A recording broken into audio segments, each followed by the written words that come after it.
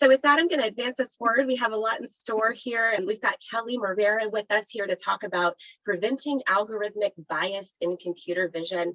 You can see that Kelly's background is in software engineering and as a full stack developer and data science. So she has an honors graduate and endowed scholar of Correlation One's Data Science for All Fellowship programs. This is an elite honor that she has, and she's recently been working with RoboFlow as their developer advocate, where she's building the developer experience in computer vision. So Kelly, thank you so much for being here with us today. We very much look forward to your keynote address. I'm going to hand it over to you to take us through your talk here today in preventing algorithmic bias in computer vision. Thanks again for being here. Awesome. Thank you so much, Marie. All right, guys, let me go ahead and start sharing my screen here for you.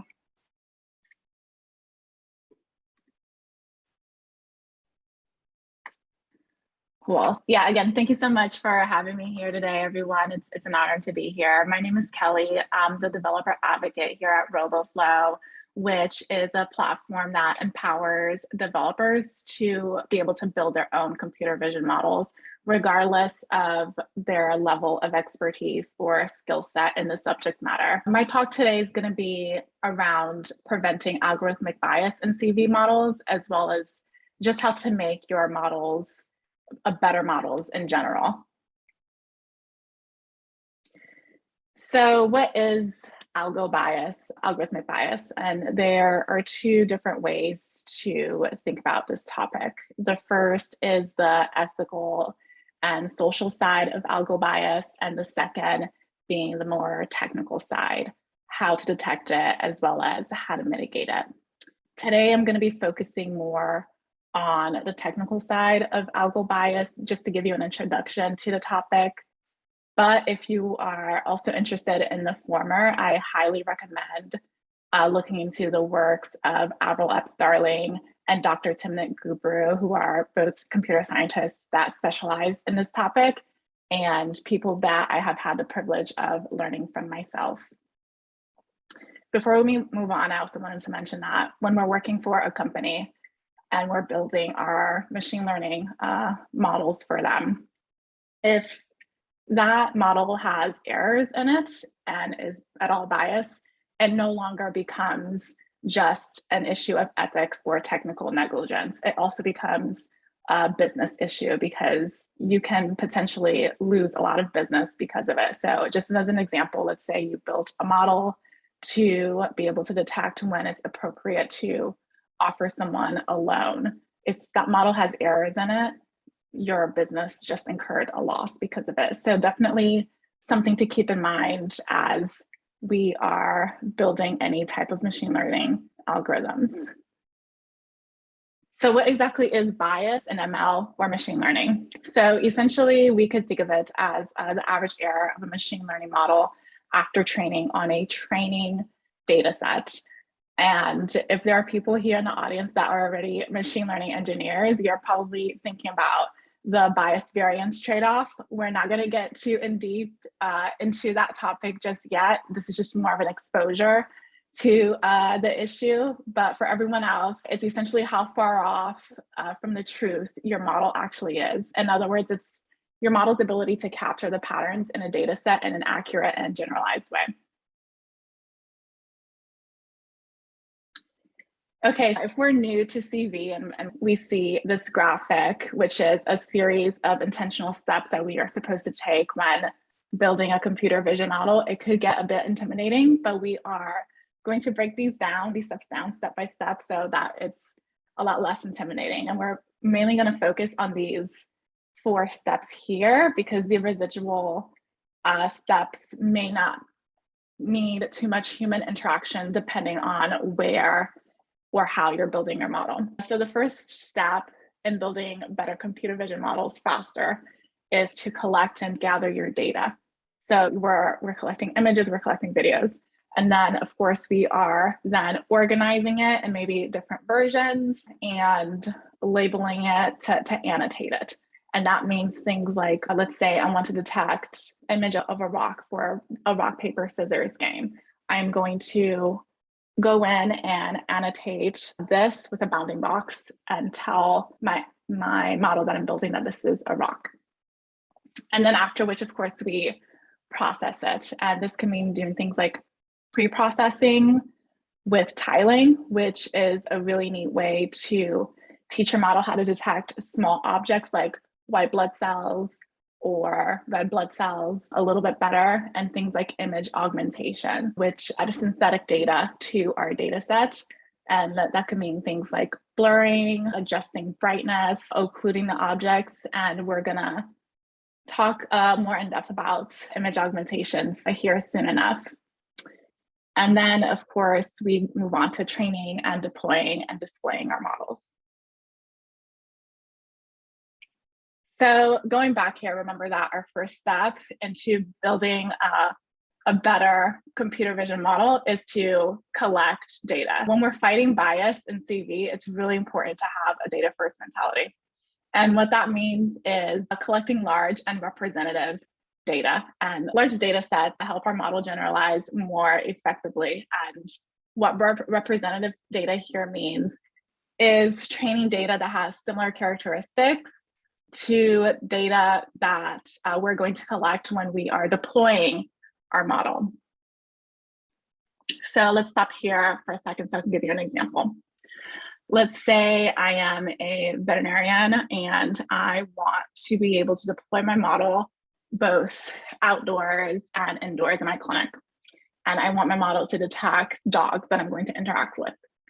Knowing that, I am going to want to intentionally take images and gather data of the variety of breeds of dogs in both settings, so outdoors and indoors. And of course, that's going to be a large data set and representative of what I'm going to expect when I launch it out in the wild. And one more thing, I could even keep thinking deeper about this and thinking, okay, if I'm gonna have dogs in my clinic that I'm going to care for, maybe they might have some type of deformity that I also need to include in my data set. So the model will be able to recognize my breed of dog a little bit better. Awesome. So another part of having a data first mentality is incorporating active learning into our models. Active learning is the process by which we identify examples in our data set that will improve our models learning more quickly. First and foremost, I'm a software engineer, and if there are any software engineers in the audience, I love to use this example for everyone. When we are building our full stack applications and we are deploying it and putting it on GitHub and open sourcing it, we don't just let it be for a few months or a year. We are actively maintaining it. If we're not, we should. So that means doing things like updating our dependencies, updating our code base, maybe refactoring, including frameworks in there that'll make our code cleaner, things of that nature.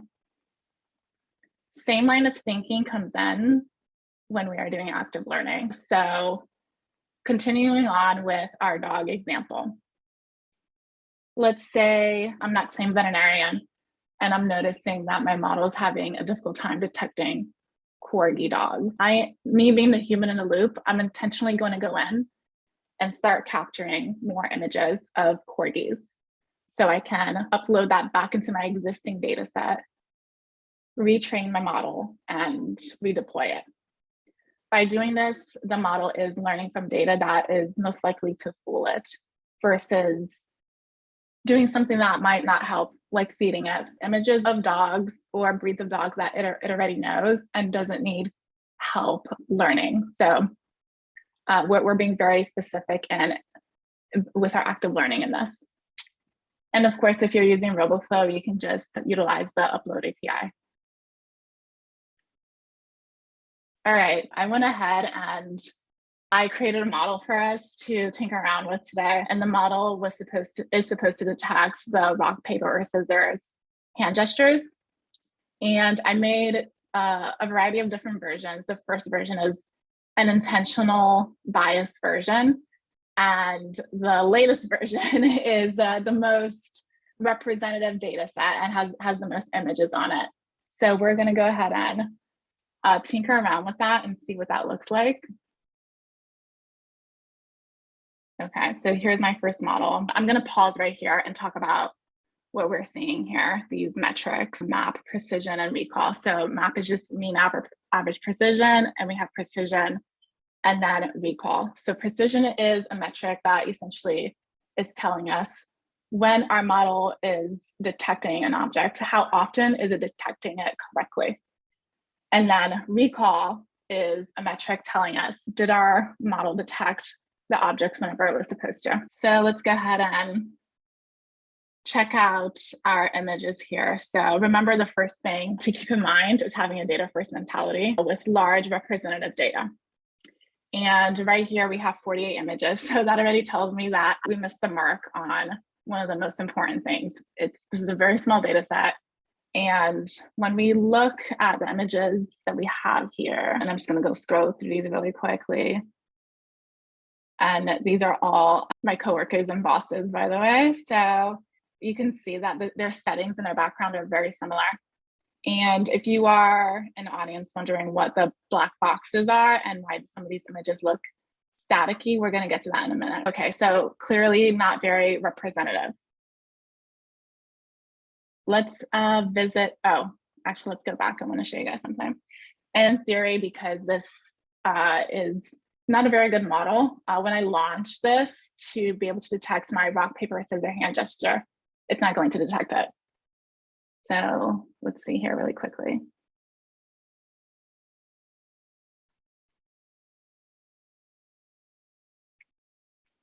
Okay, awesome. So it's not detecting it as expected because it's a pretty poor model. Okay, let's look at our latest version. That's the most representative model that we have to date. As you can already tell, the metrics are improving. We have a 59.4% precision and an 87.9% recall. So our model was able to detect the object correctly 59% of the time, and it was able to detect it when it was supposed to 87% of the time. And when we scroll down here to look at our data set and gather a little bit more information about it, right now we see, okay, we have over 1,000 images. It's like a very big improvement from our first bias model. And let's take a look really quick at what this training set looks like. Moving the bar here really quick. All right, so as we can see, we have different people, different settings, a little bit of different augmentation, which doesn't necessarily improve our bias. We can get to that a little bit later. But as you can see, it's an overall a better represented data set. So with that, theoretically, when I go in to launch this model, it should recognize my hand gestures as rock, paper, or scissors. So let's try that out really quick. And it is, okay. It's detecting scissors as a really big bounding box, and that's gonna tell me that maybe I need more representative data of scissors. But yeah, much better improvement from our first model. Perfect. Before I move on, I just also wanted to show you guys something called a health check on your data set. This is telling me whether or not my classes are in balance or out of balance. So for example, okay, I have 57 images of scissors, 57 of paper, and 56 of rock. If this was lower, let's say I had 20 images of rock, that tells me as the person responsible for this model that I need to go and get more pictures of rock, the rock hand gesture, and upload it to my data set. That way my model is going to have a better time recognizing it in the wild. And then it also illustrates how many null images that we have, which is also something important that we need to include in our data sets to improve our models. And we're going to go over that briefly here soon. Another really important thing to keep in mind when we are fighting algo bias and CV models is to perform something called model error analysis. So what that means is you, the human or the engineer or the data scientist, going in and evaluating where your model, what images your model predicted poorly on compared to the ground truth. And let's do a really quick example with that. So let's do our bias model first. Let's visualize it. Okay, so right here, as you can see, we are under model predictions and we don't have any bounding boxes here. So the model was not able to predict anything in this picture. And that tells me as a human a couple of things. So this is a darker version of the original image. So maybe that's telling me that I need to feed my model darker pictures of the rock, paper, scissors. Yeah, comparing that to the ground truth, that's what it was. And that's what the model predicted, nothing. Here's another really good example, another image that has a dark filter and the model was not able to predict it. And let's see, what that was supposed to be. Okay, that was supposed to be paper. So that tells me that perhaps it's not only the fact that the image is darker, perhaps it's also because the user is throwing paper in this direction versus this direction. So if I'm a game developer, I am gonna want images of both of those representations of paper, both this and this, annotate them as paper. So my users will be able to play my game effectively. Let's tinker around with our most representative model. Let's see how that turned out.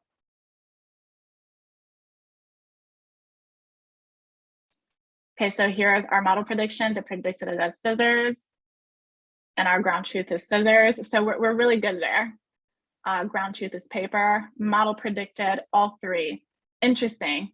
Okay, so what that tells me is, as a human in the loop, you can see that Paul here, one of my coworkers, is doing paper in this angle, this direction. So maybe I also need to gather more images of paper in that angle and annotate it so it doesn't confuse the model. And I think I can see why it thought it was partially scissors, because his finger is demonstrating a space right there. Yeah, so that tells me as a human in the loop, hey, Kelly, you need to go and get more paper images of the user throwing paper in this direction.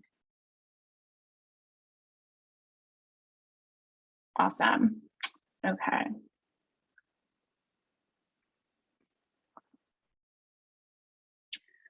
Cool.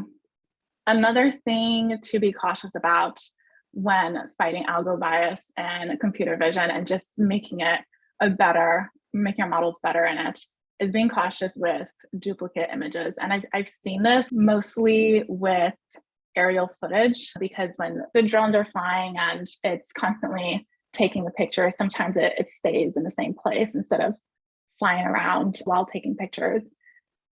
So that could be a problem, because having duplicate images in a data set introduces bias, because it gives the model opportunities to learn patterns specific to those duplicates. Excuse me. In other words, the images get a disproportionate amount of training time. But if you are building your CV models with RoboFlow, you don't necessarily have to worry about this part of the mitigation, because the platform automatically removes the duplicates for you. All right, so image augmentations. So for those of you who are wondering, what are those black boxes doing in your training data set? So image augmentations are things like cropping, rotation, flip, blurring. The black box here is called occlusion. And these are just standard ways of increasing the size of our data set.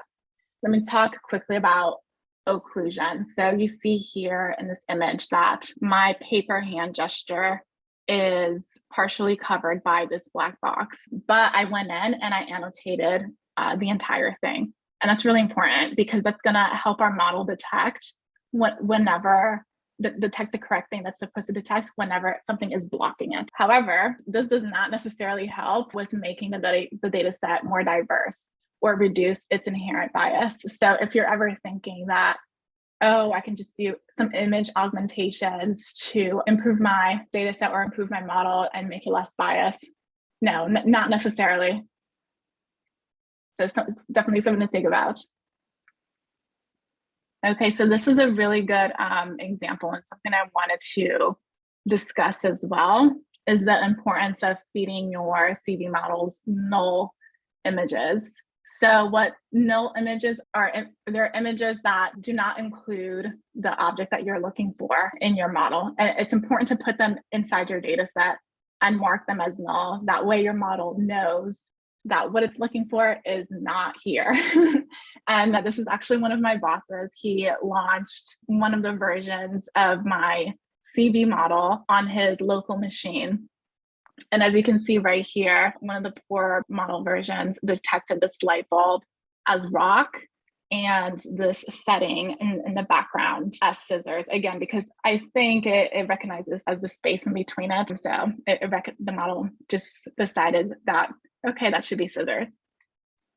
So yeah, really important to put in there are null images of things that your model should not detect. And that's really going to help you rule out any false positives when you run it in the wild.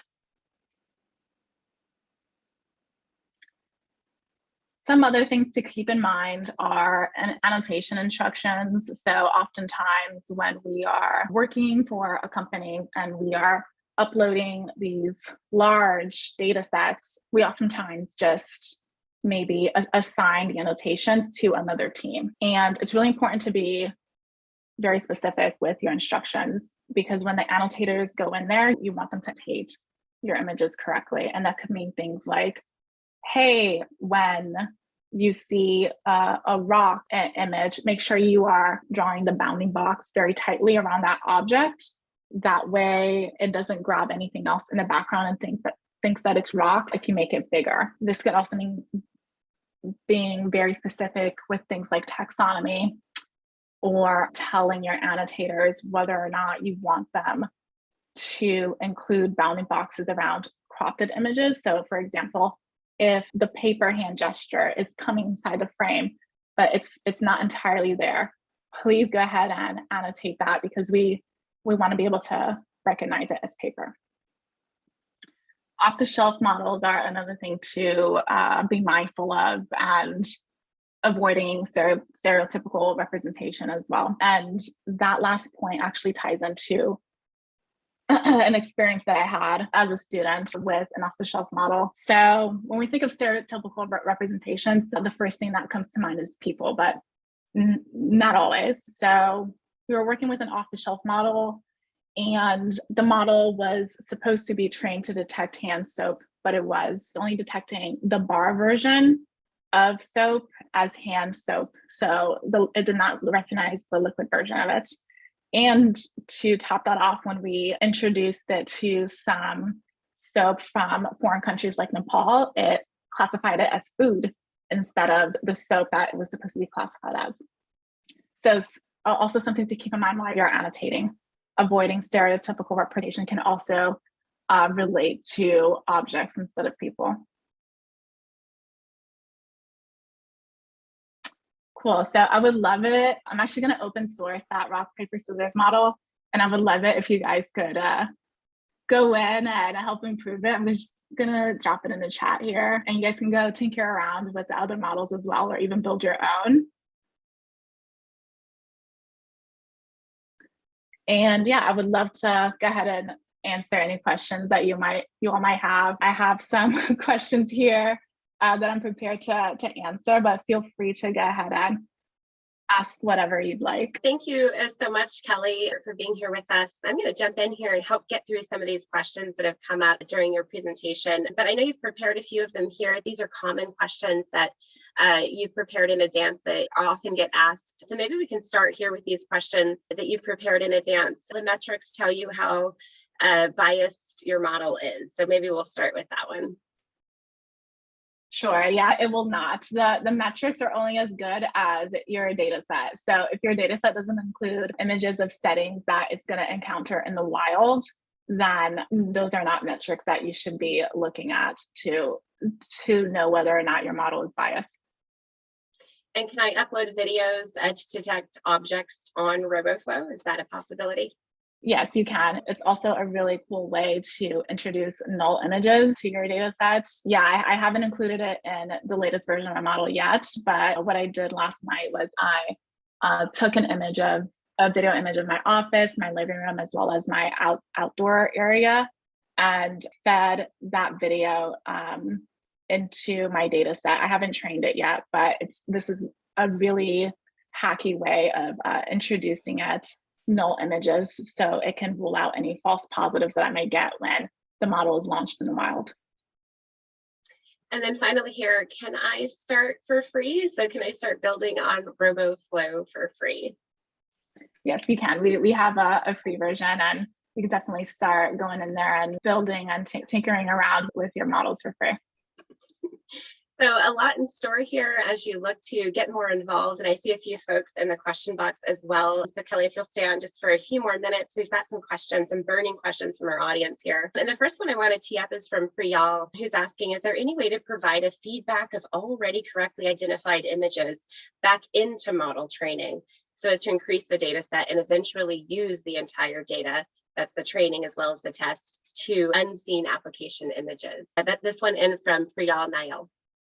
Okay, I'm going to rephrase it so I can make sure I understand. You're trying to just take and upload any image that you see on the wild and re-upload it to the data set. Is that the question? Or is that correct? If yes, then yes, you can. It doesn't necessarily have to be images that your model is having a difficult time detecting. You can definitely take whatever images that you want to upload it. So it sounds like some low-hanging fruit there. You can work with images that have already been correctly identified. So great place to start, Priyal, and thank you for the question. So a few questions about learning and next steps for those looking to continue their learning in this area of algorithmic bias. So a question here from Kashal: how has mathematics helped you, or has it helped you in your AI career? Yeah, it's helped me in my career in general, right? Because mathematics, you're essentially just recognizing a lot of patterns. And if you are even a musician, that could also help you when you're coding, because in music, you are recognizing the patterns that you need to play, especially if you're playing an instrument. And when you go in and you start coding, those patterns start popping up again. And it helps a lot, just building those connections in your brain when you are going into a Jupyter notebook or your code base to start coding up a project. Thank you, Kelly. We're going to shift over here. We have another question. So as we think about next steps, I know we're rounding out our time here, and we have our next speaker now with us on the line, as well as some information coming up about some upcoming programs here in algorithmic bias and other topics that we're covering today. So we're going to advance forward, Kelly, but one final question here for you from the question box. What would you suggest in terms of a career path in this area of computer vision for folks who are just starting out, who don't have a lot of experience? What's a good next step for those looking to springboard into a career here in artificial intelligence? Yeah, definitely take one of the CMU courses, which is, this is for you guys. And I saw the list of the variety of courses that they're offering. And yeah, I feel like you can choose which one that you feel like is best for you, depending on the level that you're at. Just continue to learn and continue to grow. I think the key here in any flavor of tech career is to always stay learning and continue to expand on your education and just don't stop, because technology is always going to move ahead. So you're going to have to move ahead along with it. So it sounds like the best first step is to get started. So thank you, Kelly, for being here with us today. Thank you for taking us through this talk here and describing a little bit more about RoboFlow. It's been an absolute honor learning from you here today.